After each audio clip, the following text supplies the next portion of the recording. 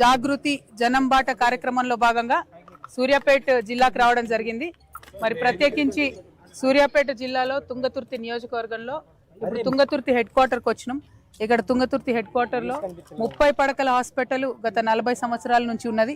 మరి ఆ 40 సంవత్సరాల నుంచి ఉన్నటువంటి 30 పడకల హాస్పిటల్ని 100 పడకలు మార్చాలన్నటువంటి ఉద్దేశంతో 2018లో ఇక్కడికి ఆనాడు కేసీఆర్ గారు వచ్చి మాట ఇవ్వడం జరిగింది. ఆ తర్వాత 2022 వరకు కూడా దానికి మొదలు మోక్షం లేకుండా పడి ఉన్నది. 2022లో కరెక్ట్గా ఎలక్షన్లకు సంవత్సరం ముందు జీవో వచ్చింది.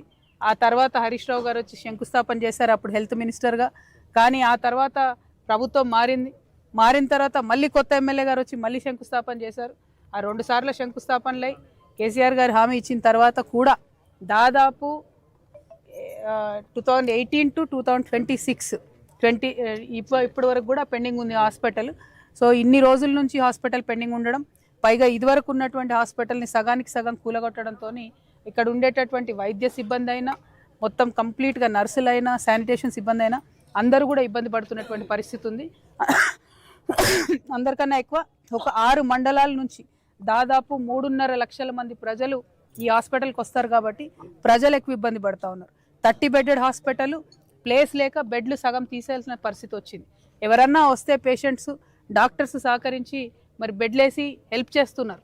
కాకపోతే డెలివరీలు నెలకు 2కు పడిపోయినాయంటే ప్రజలందరూ కూడా ప్రైవేట్ హాస్పిటల్కి వెళ్తున్నారు తప్పనిసరి పరిస్థితులని అర్థమవుతా ఉంది స్పష్టంగా. కాబట్టి ప్రభుత్వం వెంటనే చర్యలు తీసుకోవాలి. ఇన్ని సంవత్సరాల నుంచి పెండింగ్ ఉన్నటువంటి ఈ బిల్డింగ్ని మరి త్వరితగతిన కంప్లీట్ చేయాలని చెప్పి నేను డిమాండ్ చేస్తూ ఉన్నాను. సారీ, కొంచెం ఫీవర్ ఉంది. ఓవరాల్గా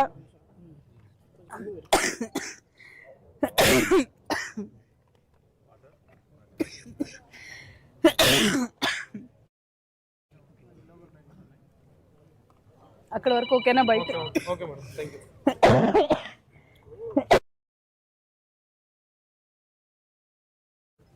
ఒక్కసారి బిల్డింగ్ చూసేద్దాం, కొత్త బిల్డింగ్ చూసేద్దాం. వాటర్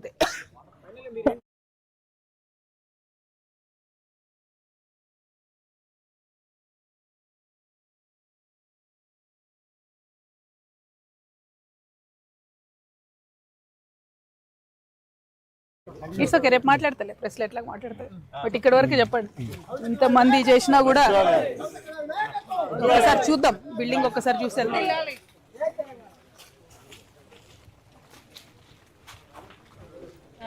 బాగున్నారు అందరూ?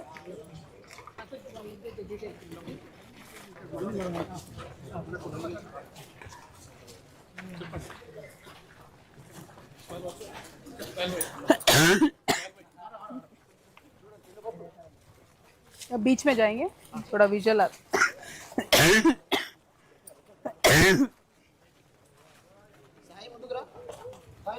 ఇది ప్లాన్ బానే ఉందా?